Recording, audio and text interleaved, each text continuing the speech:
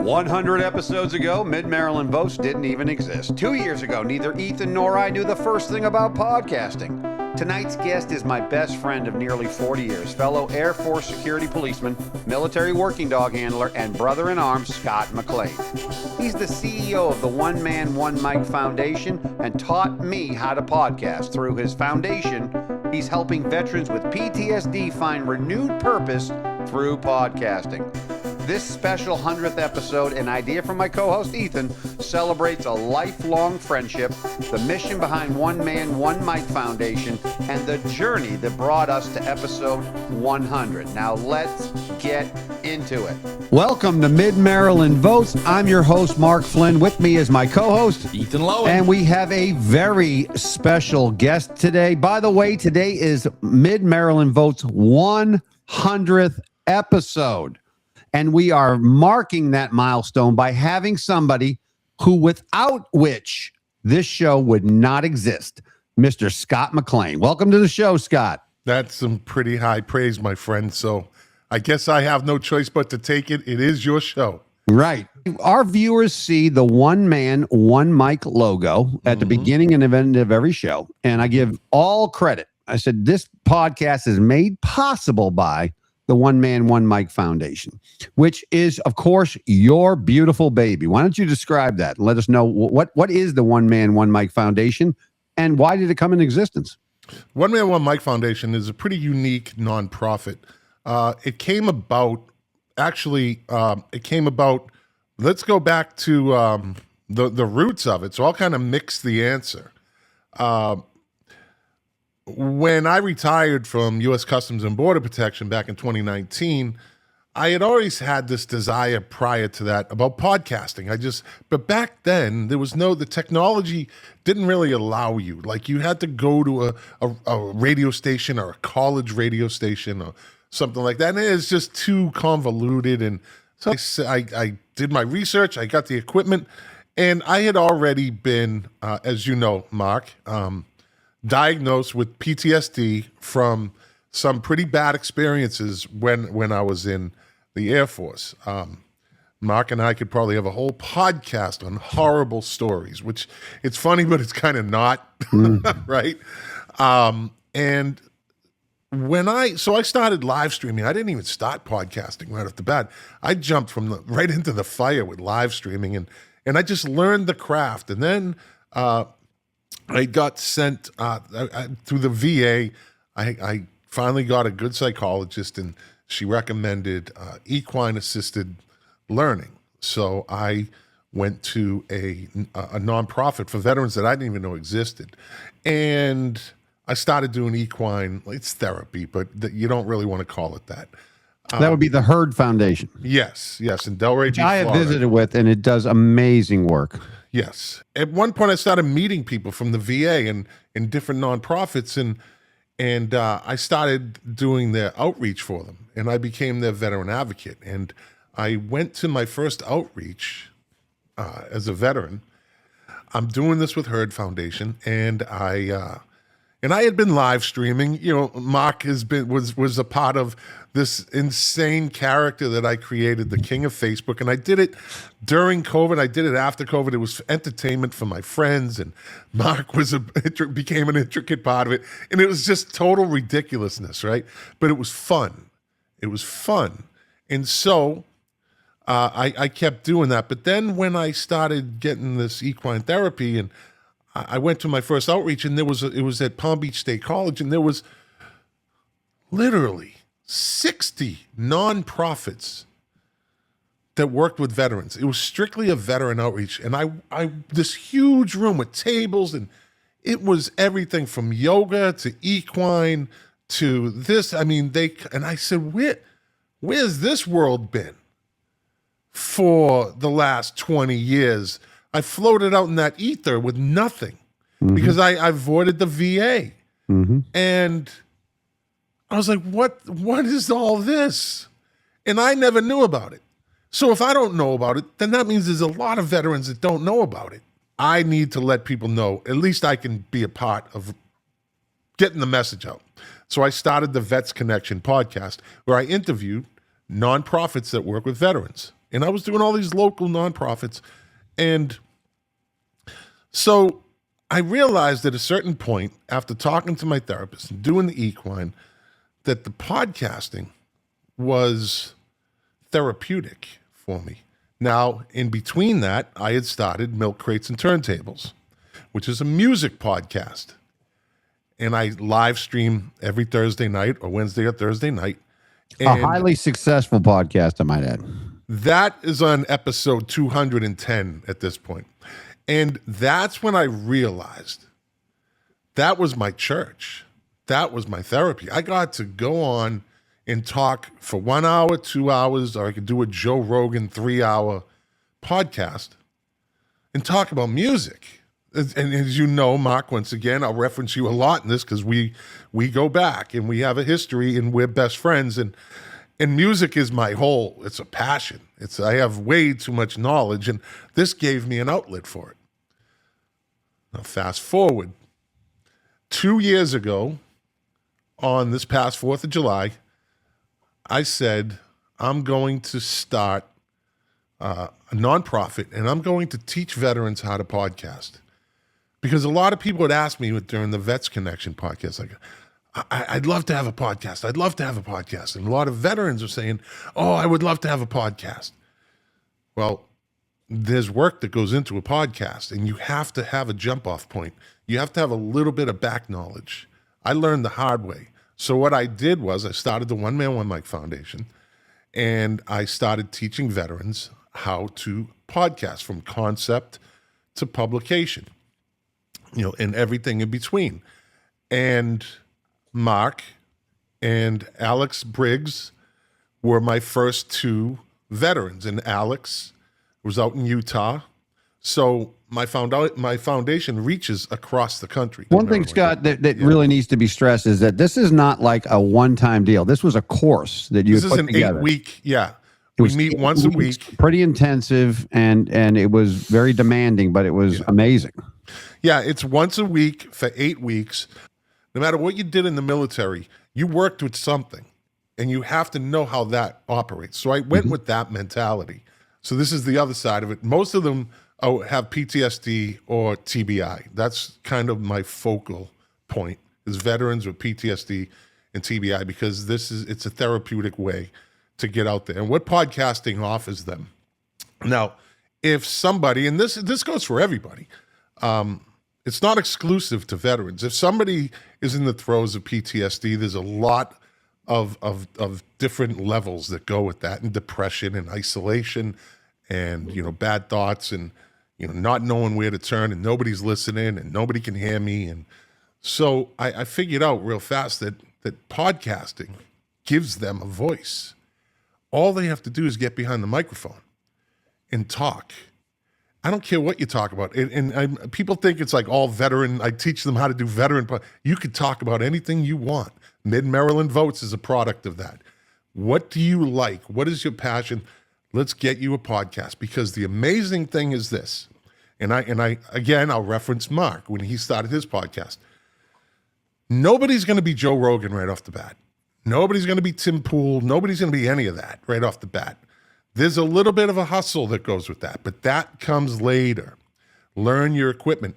Now you publish your first podcast, and everybody does the same thing. They run to see how many downloads they got.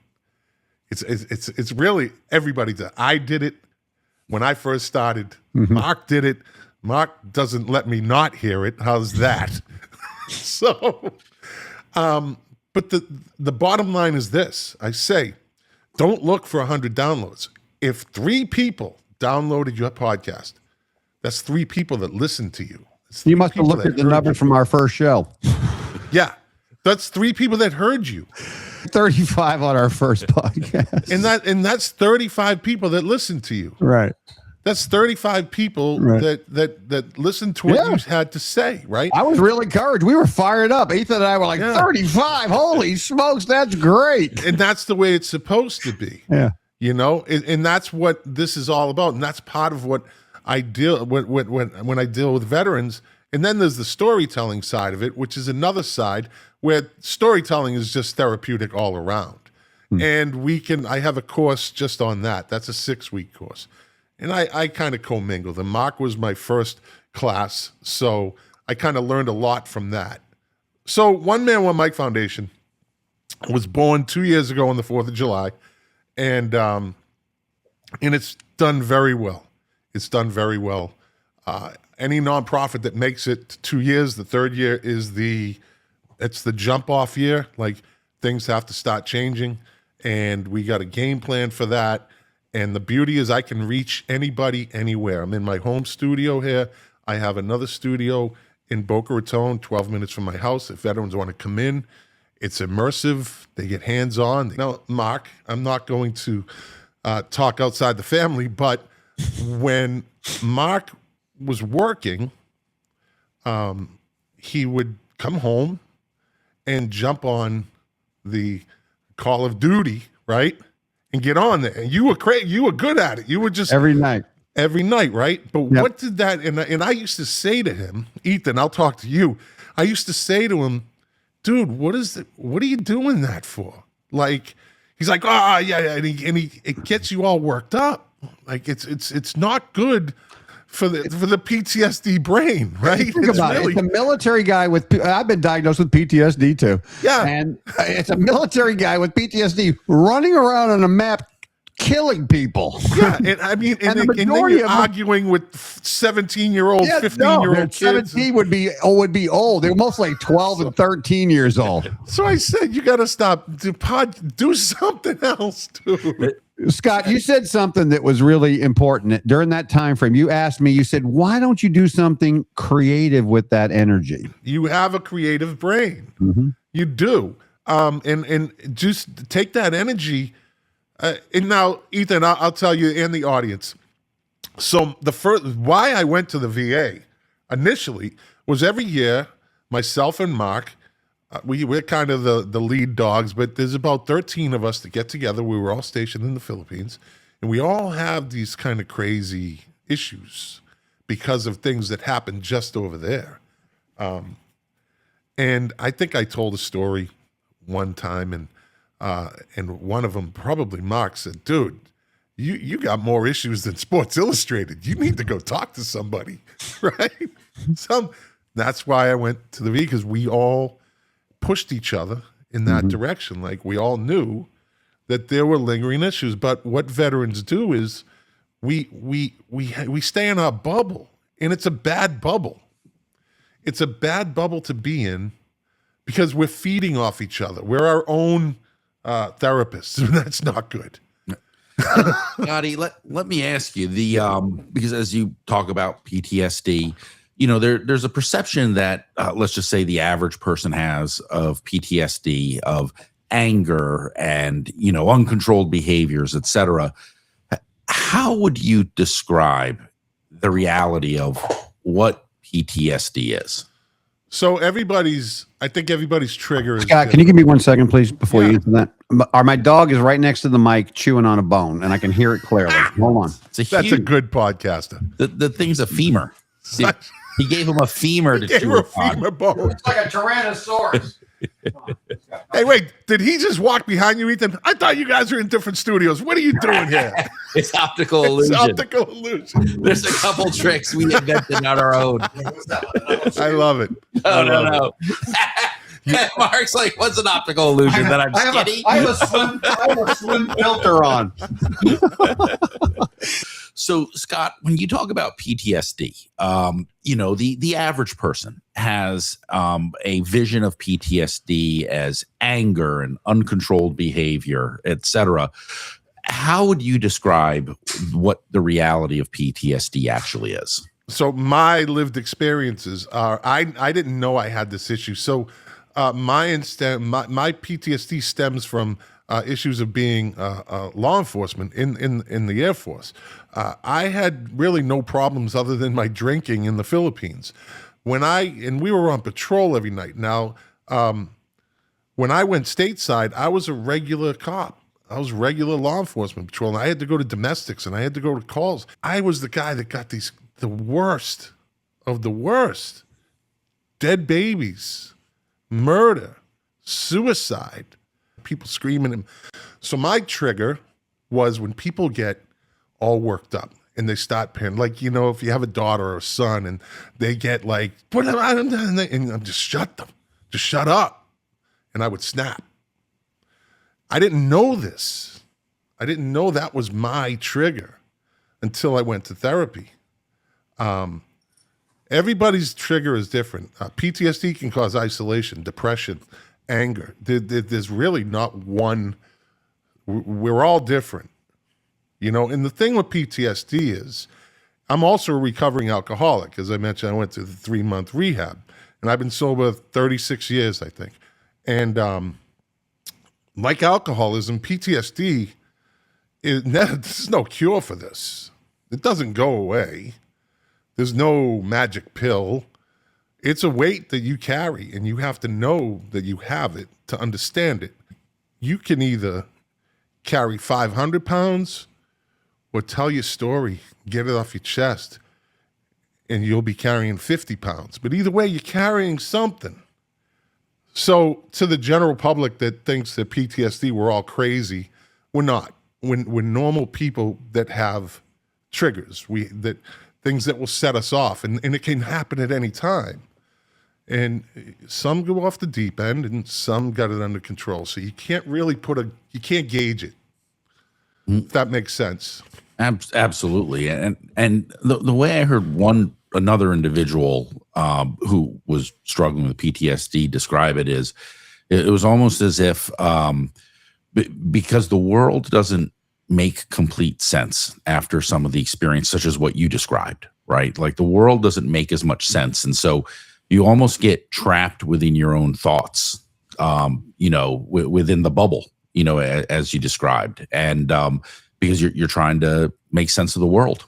And it's a hurdle that you can't overcome. And so it shows up through these extreme behaviors. Mental toughness has a part in this.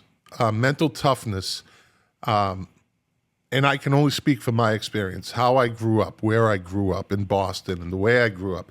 It gave me a kind of street smarts mental toughness where I never lost track of what was going on. I was always in reality, but I had this emotional trigger. And Mark knows that even before that, I had that's why I stopped drinking, because I had a trigger. You know, you grow up in an area, you grow up fighting at bars, and it was normal behavior. A bloke from Boston, right? Yeah, it was just normal behavior. The thing with, again, PTSD is some people have that. I work with veterans that they feel hopeless, and they can't make a difference. They want to make a difference, but nobody hears them. Or, there's a lot of different variations of it. It's like, the box of crayons. And in extreme situations, suicide is a very real option for men with PTSD. It certainly is, yeah.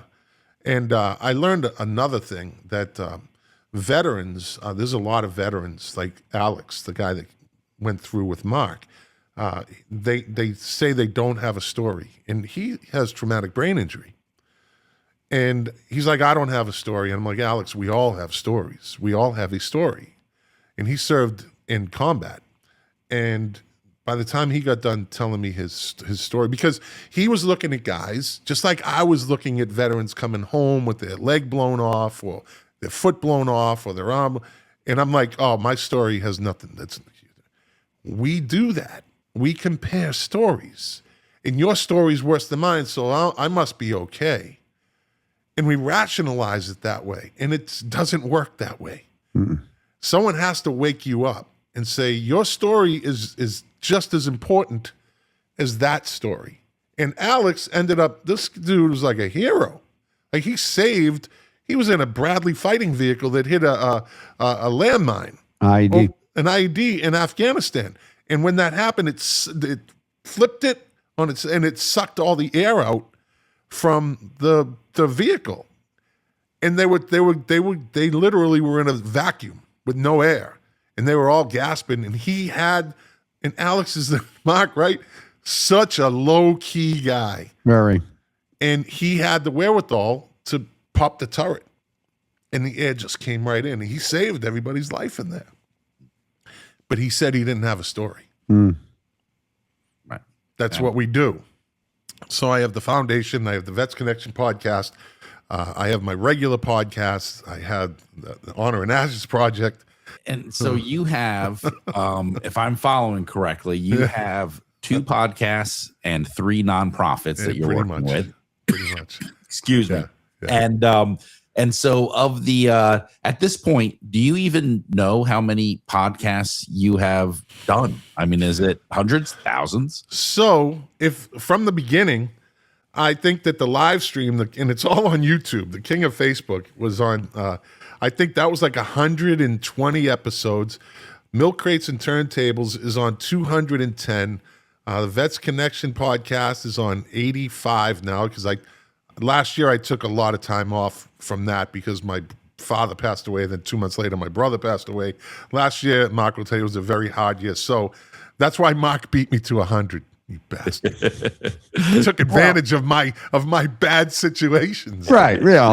Listen, if you're in a race, you don't care if the other guy stumbles. You gotta run faster. Like they say in a zombie apocalypse, all you got to be is faster than the slowest person. Right. And usually that's me in the room. That's what he did to me. And it should be noted for the public and for viewers that if a podcast gets beyond 7 episodes, it's considered a success. Most episodes, only 4% of podcasts that are started get past 7 episodes. There's a lot of dead podcasts out there.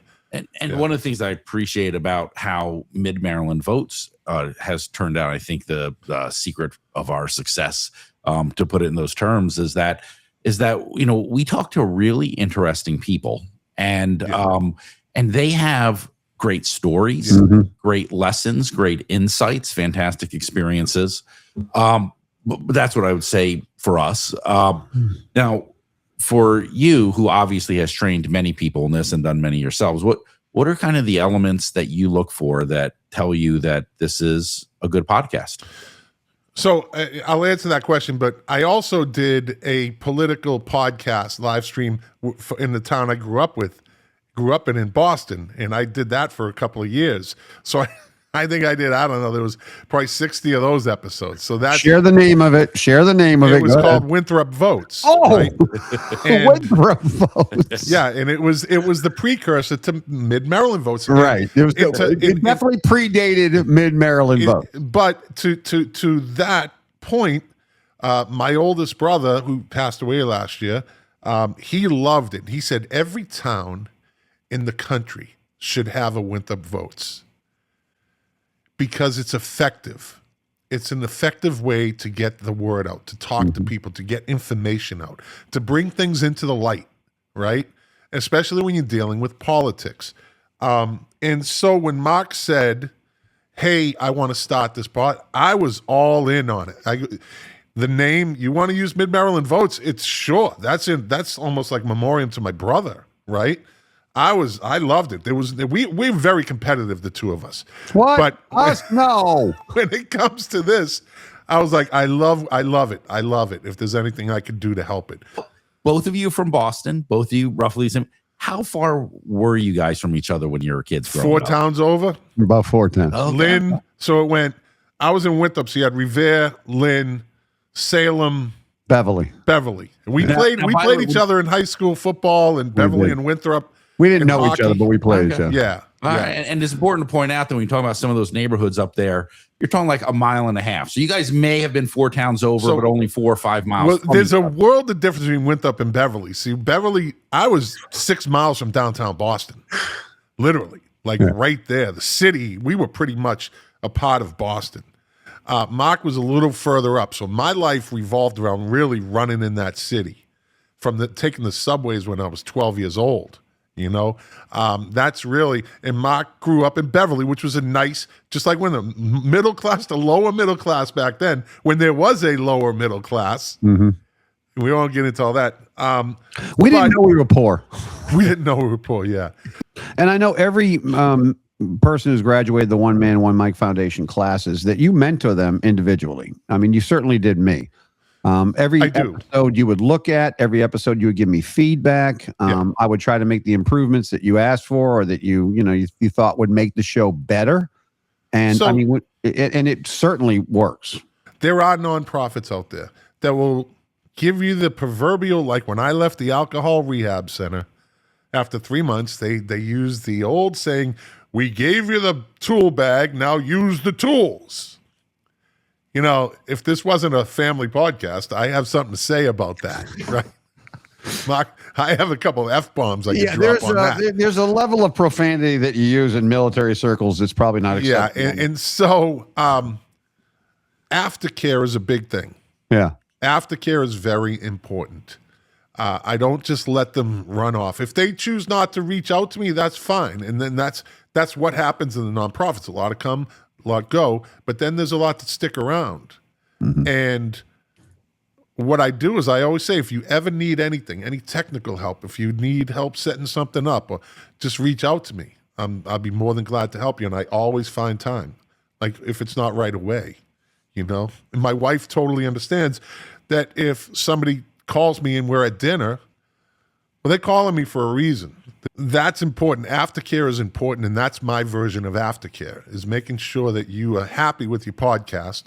And if you need to change something up and you need advice, or you just want to vent, or you just want to figure something out, I'm there for you. It's no exaggeration to say that Mid-Maryland Votes would not be what we are today without your mentorship. I mean, you helped me through me and Ethan both. You've helped us through, really improved the podcast over the last year and a half. I talked to you like, Ethan, if you came in, we're going to be friends. It's just because I love making friends, number one. I think friends are very important, and I love being, just being cool with people and getting to know different people. And I have the personality where I can talk to them, and I'm really down to earth with them, and that kind of keeps them coming back. This is not a flat out, like, technical boom, boom, boom, boom, boom. Like, we talk about things like Mark's concept. We talked about it, and that turns to conversations, and conversations can be healing, especially with another veteran. Mm-hmm. You don't know where they go. We know that PTSD is such a big issue with veterans, but also we know that in society it's a big issue, even with non-veterans in many other scenarios. And so, people want to help those they care about, that they love. People want to help themselves. So when you talk about the power of storytelling, that's such a strong motivation, you've mentioned it several times.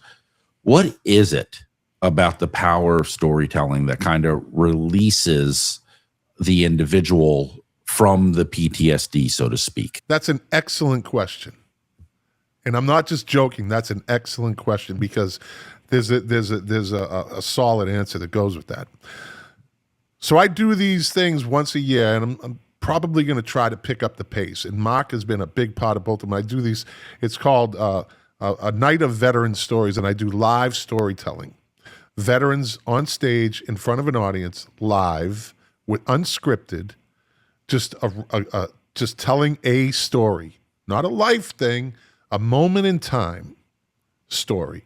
I kind of modeled it after the podcast The Moth, right? If you've never heard The Moth, it's been on forever. It was on NPR radio. It's still on. It's a podcast now. I was always fascinated with that. And growing up the way I grew up, my father would say, that's Irish. He goes, I'm a Shanachie. And a Shanachie in the old world is a storyteller. And you either have the gift of telling a story or you don't, right? You've heard people tell great stories, then you've heard people struggle through a good story, right? Veterans that have PTSD have it for a reason. And when they tell that story, they don't retell that story. They relive that story. Every year I've done it for the last 2 years. There are certain points in that show that it's a fundraiser where there is not a dry eye in the house, because you have people bearing their soul, but it's so uplifting. Cathartic. It's very cathartic, yeah. And and you can see it in their faces. They're reliving that moment. And every time you tell your story, a little bit of weight gets lifted. Good example is one of the young men that I've been working with for a while, who ended up being part of my foundation. I had a Christmas event, and it was Veterans Christmas Stories this past December. Mark again flew down. He was a part of it. and Mark tells a great story. This kid, I'll call him a kid because he's only like 32, 33, right? And I'm almost 63 this year. So he had never done anything like this, and he has a lot of troubles. And he got up there and he had to read. I was like, Mike, you do what you got to do, buddy. No problem. And he pushed through this story. And there was at one point in the story, he's talking about he's over in the desert and they're getting shelled and it's Christmas. And he got this big box of Girl Scout cookies from the town he grew up in. And he was so amazed that they even knew he existed, right? That he got this. And he shared it with that was their Christmas, is sharing Girl Scout cookies in a tent with 3 of his friends, right? But he's telling the story, and at one point, Ethan, he just stops. And it is literally dead silence. And everybody in the room thought the same thing. Come to find out afterwards, everybody wanted to just walk up to him and put their arm around him. Like the girl that messes up the Star Spangled Banner, and the coach comes over from and helps us. But nobody moved. He's going to fight through this because it was extremely emotional. I get choked up telling the story, and he pressed on. And when that was done, now a bunch of these guys from the Philippines, all alpha males, everybody came up to him. Like I told the story, Mark told the story, 3 other people told stories. He said he'd never gotten so much love and hugs from people than that night. It literally changed his life. It changed his life. That's what storytelling does. It affects everybody. Storytelling is like having a superpower. Like I could tell you a story. I could start the story off with, and I'll just use this as an example. September 5th, 2011, in my life, was the day the earth stood still, because that was the day my first wife died of breast cancer. Now, right there, your brain just exploded with serotonin. Like you had empathy for me. And it's true. That's a true story, by the way. Well, then I could start a story off like Mark heard this story. Like June 27th, 1983 was the night I became a concert legend. See, the big smart. See how I did that, right? A good storyteller knows how people are going to react. I can do this without you knowing it. I can set off hormones in your brain and flood you with either happiness, excitement, empathy, like nervousness. A story can do that to people. And this is what I teach the veterans. Like it's an amazing ability. And their stories always hit. So the podcasting part of it, they get, and they think it's cool because nobody else is doing it. So I found a very unique niche. But the storytelling is extremely important to people that have PTSD. As my grandfather told me, there's no true story that an Irishman can't make a little better.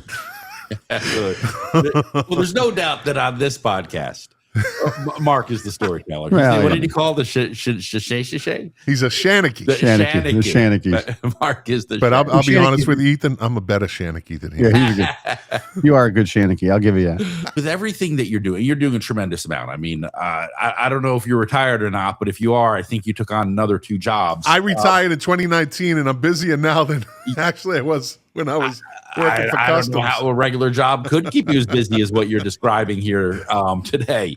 When you take all of these things that you're doing and you kind of extrapolate it out over time and where it's headed, what is the end result that you are trying to give to humanity with all these things that you're doing? That's a big question, right? That's a big question. I'm doing what I can to help veterans, one veteran at a time. And if it works, then they have the ability now to share it with others. It's like building a coaching tree. I'm sure your podcast is affected. If it affects at least one person and gets them interested in what's going on in Maryland politics, I'm just going to be blunt. That's a fucking win. Like you changed somebody. You literally brought them awareness. You know, I always use this analogy. You're getting ready to go to a wedding, or you have some event, you're going to a reunion with your friends, and you want to lose 10 pounds, right? And so you start, okay, I got to lose 10 pounds. I got to lose 10 pounds. And at the end of the week, you get on the scale and you lost 7 pounds, right? And the average person is disappointed. Like, damn, I didn't hit my 10. But you lost 7 pounds. This is how I think. And I think everybody should think that way, right? There's a good thing that out of everything bad comes something good, right? Mm-hmm. And so my goal is to just help veterans, one veteran at a time. And my payback is I just reached out to some of the veterans recently. This guy, he's doing a golf podcast up in Orlando. And he's like, I can't believe you sent me a text. He goes, we need to talk. And I called him up, and he was like, dude, my stuff is blowing up. Like, I got invited onto this big golf podcast, and like I'm at the golf course and I'm doing this. And he's a cutter, and I don't know what a greens cutter is, but he's a cutter, right? And he's like, people are like, yo, dude, love your podcast. Like, he is getting feedback, which is what we love, right? That's what we all want. I'm in Palm Beach County down here in South Florida, and they call it PBC. So down here, PBC means Palm Beach County, but in my foundation, it means purpose, belonging, and connection, because that's what podcasting does. It gives you a purpose. Once you start liking it, you become like, it becomes part, like, this is I love doing this, right? And then when you get that download, it's like, that's the belonging. Now someone's listening to you, right? And then when you get an email or you talk to somebody and they're like, hey, I listened to your podcast, I watch your podcast. That's the connection that you get from it. Even if someone sends you an email, that's connection. And that's really a big part of helping, like, post-traumatic stress. Like, you want to kind of, these are kind of the answers that we need. The PVC is a great acronym, man. It really helps me out. Purpose is really important to veterans, especially ones who are struggling with PTSD. That's a great segue. I always grew up with dogs, and when I was 20, I went to college for canine science, and I got this applied science degree in canine science. It was the only course of its kind in the country. I had already been out of high school for a couple of years. One of my girlfriend's parents convinced me to quit your great job that you had and go to college, right? And so I get this degree in canine science, and one thing leads to another. I don't know what I'm going to do with it, and everybody would say, what the hell are you going to do with that degree? And I really didn't know until my second cousin was a second lieutenant in the Air Force, and he came to visit my grandmother, who was his aunt, and he's about the same age as me, and he's like, hey, the Air Force has a canine program. So I ended up going in the Air Force. But you got to be a cop. And I was like, oh, I didn't want to go in the military, number one. And number two, I definitely didn't want to be a cop. You've been running from the cops. Yeah. So I go in, and then I want to go canine, and I get accepted into canine, and I'm an honor grad from the canine, academy. And because I already knew a lot of stuff, right? And I already knew how to handle a dog. I was working a dog at the Boston Gardens, the old Boston Gardens. I was working the guard dogs on the outside. It was all the tack work and stuff like that. So I had knowledge. That was my calling. And I had 32 years of working with dogs, as Mark had a very wealthy, I say, career in working with dogs. And it's an amazing, unique opportunity that I had. And Best job I ever had. I capitalized every chance I could. And so that was my calling. When I retired and started working with veterans, and I found this whole ecosystem of veterans, that became my purpose. See, people mix up, or they kind of blur your calling and your purpose, right? They're two separate things. They're two totally different things. My calling was dogs, and I did great with it. It gave me a great career. My purpose, I found at 60 years old, and that's helping veterans. And it will be my purpose for the rest of my life. Because when you find purpose, there's nothing better. It can be a roller coaster, but it's just purpose is a whole emotional thing. Your brain is just totally wired differently once you find purpose. So, well, my friend, I gotta be grateful and thankful for you, because you definitely helped a lot of people with purpose, not the least of which being me. Well, and I'm proud of you. I'm proud of you. I really am. It's sometimes it's hard to say that though, because he's going to use this against me.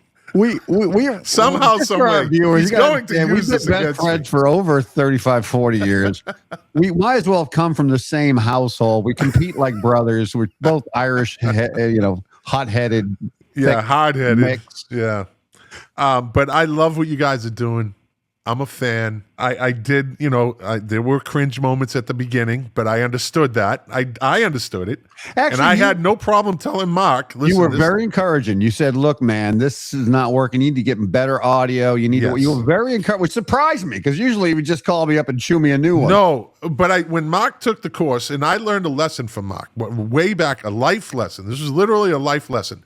When we were stationed together, I was an A1C. I was a two-striper. He was a buck sergeant. And we were best friends. And I said, be my supervisor. And he said, no, that's a bad idea. And I said, no, it's a great idea, right? No, that's a bad idea. I said, no, it's a great idea. Just be my supervisor. He goes, all right, but don't act up because I'm your supervisor, right? And so I went in when I was 23. And so he becomes my supervisor. And that lasted about 6 months. And he cut me loose. He's my best friend. We're one of the best friends. And I said, well, what's the deal? He says, because you didn't know how to separate work from play. That was your problem. You put me in a bad spot. I humbly took that with me for the rest of my life. So when we started this course, it came full circle.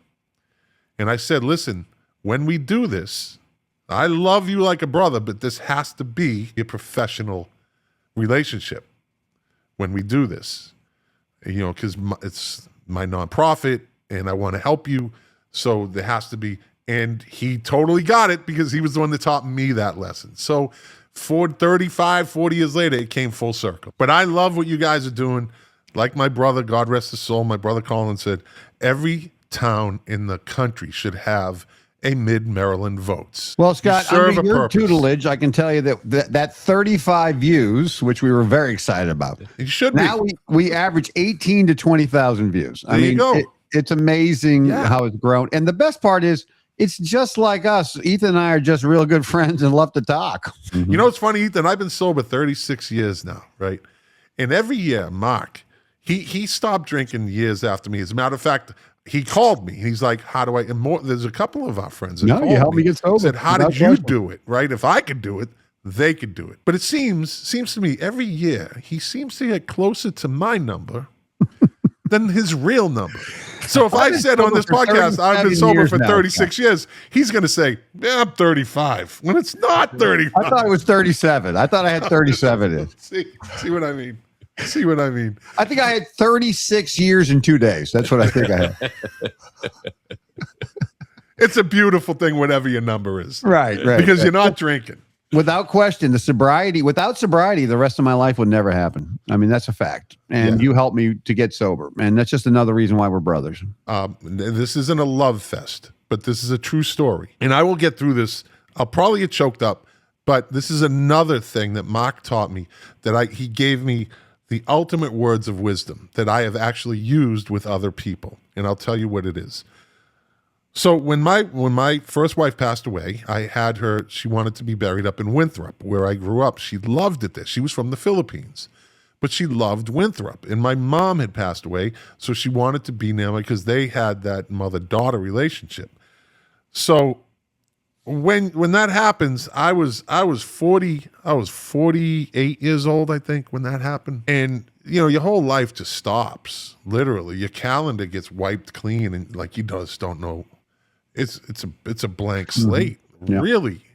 And I'm young to be a widower. Like, how the fuck do I do this? This is not any exaggeration involved in this story. So I go through all the whole thing, the wake, the funeral, and the dust settles, right? And Mark had been staying at a small hotel, a boutique hotel in Winthrop. It's right by the beach. Nice place. And I remember sitting outside, and I was dropping him off. And I just said to him, I can't do this. Like, I don't know how to do this. And I broke down and I got angry. And I was like, I just lost it. Like, it was that moment, right, where it all had built up. And I was really, I don't know how I'm going to do this. And fortunately, my kids were older, so I didn't have that problem. But I just said, and it was just, and he just listened. And I cursed God like we all do, because we got to blame somebody, right? Because there's no reason my 20-year marriage should have stopped, but it did, right? And Mark listened, and he let me, and he said, I'm just going to tell you this. He said, when my father passed away, he said, I asked my mother eventually, and I said, Mom, how did you do it without Dad? And she told him, you got to look at it this way. There's 2 rooms. One room, the door is always open and the light's on. Then there's another room where the door is closed. She said, now you can go in the room with the open door and the light is on. You can stay there as long as you want, but you just can't live in that room anymore. You got to live in the other room. But you can always visit that room where the door is open and the light is on. And Ethan, it was like an absolute instant moment of clarity in chaos in my head. It was like The Simpsons and the clouds spread apart, right? That was my answer. That was the answer. I just don't have to live in that room anymore, but I can go there anytime I want. Just live in the other room. It's right next door.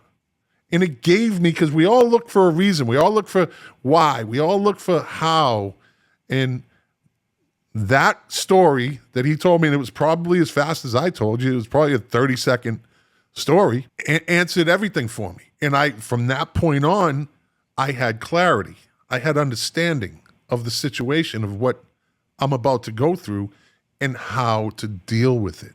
In my head, it might not work for everybody, but I never forgot that. And I've had friends whose wives have passed away. They literally called me, just like Mark. It's almost to my detriment that I share too much. I overshare sometimes, right? But they reached out to me, and there's a reason that I was like that. I just didn't know it. And they were like, how'd you do it? And I tell them the story that Mark told me, and I pay it forward. And it works. And both of them have met new people like I did, and they are absolutely happy again, because they have that, they know that room exists. And I still visit that room. From 2011 till today, I still visit that room. So this is what we do for each other. That's what true friends do, these things for you. Good friendships help each other become the best version of you can be. Yeah. And that's what our friendship's been for 40 years. And I'm not going to say I didn't get jealous of you, Ethan, because I was like, what do you mean you're doing a podcast with another man? What's wrong with me? I'm cheating on you with Ethan. Well, now it's out in the open. He openly cheated on me with you. Well, hey, no offense, but Ethan was in the Navy. So, All right, and you can give Rick a call anytime for that. Right. Touche, my friend. Touche. Hey, Rick. Touche. Well, Scott, we really enjoyed talking to you. This has been a very special 100th episode of Mid-Maryland Votes, a podcast that would not exist without you. So we thank you very much. And if you want to know more about the One Man, One Mic Foundation, go to One Man, One Mic Foundation. It's ONE, One Man, One Mic Foundation.org. You will see a brand new website that a veteran that came through my program, he rebuilt everything for the foundation. And he did it because, like I did with Herd Foundation, he wanted to pay me back, pay it forward, for gratefulness. He said to me at one point, he goes, you do more for me than the VA ever did. And I love the VA. I will never badmouth the VA. They've helped me immensely. But when you get something like that, you hear that. That's kind of good stuff. You got a lot of good feedback like that. You've helped a lot of people over the years, brother, and I'm very, very proud of you myself. Thank you. And I will tell you this, we're going to post the link to the One Man, One Mic Foundation, and we're going to continue to use the symbol on the beginning and end of every program, because the truth is, it is made possible because of the One Man, One Mic Foundation. So we thank you very much. And you had said that. You said people are probably wondering, how does that play into it? Well, now they know. The mystery has been solved. The mystery has been solved. Yes. And as far as that goes, I'm always Sherlock Holmes and he's Watson. So right. I'm Watson. I'm the big chubby guy with the walrus mustache. That's me. Well, you're the used to be big guy. That's what I'm saying. Yeah. That's all I'm going to say. I can tell you this. You're a has-been big guy. Nothing motivates weight loss more than a cardiologist. I have a Nigerian cardiologist, and she said to me simply, "You are too fat." That's great. And I appreciated her honesty. She was like, "Look, it's not the only problem, but it's definitely a contributing factor." That's beautiful. Well, Scott, again, we love you. We thank you. We appreciate it. We definitely wish you the best of luck with One Man, One Mic Foundation. We know you're going to help many, many veterans going forward because that's your passion. That's what you do. It's my purpose. Love you, and thank you for being on the show, man. We appreciate you. All right, you got it. Thank you, Ethan. Hey, I got to do my outro. What are you talking about? What are you trying to cut me off? Go ahead. So this has been Mid-Maryland Votes. I'm your host, Mark Flynn. With me is my co-host, Ethan Lowen. And we just want to thank Scott Mclean for coming on and all the work that he does for our veterans who deserve that kind of help. Thanks again, and we'll see you next time on Mid-Maryland Votes. 100 episodes later, it all comes back to friendship. My thanks to Scott Mclean for believing in veterans and for helping Ethan and I build Mid-Maryland Votes. From 2 Air Force canine handlers in the Philippines to 100 episodes and nearly 20,000 views, it's been an incredible journey. Most of all, thank you for watching and making this possible. Mid-Maryland Votes brings people together from different backgrounds to talk, listen, disagree, and still part as friends. And we'll see you next time on Mid-Maryland Votes.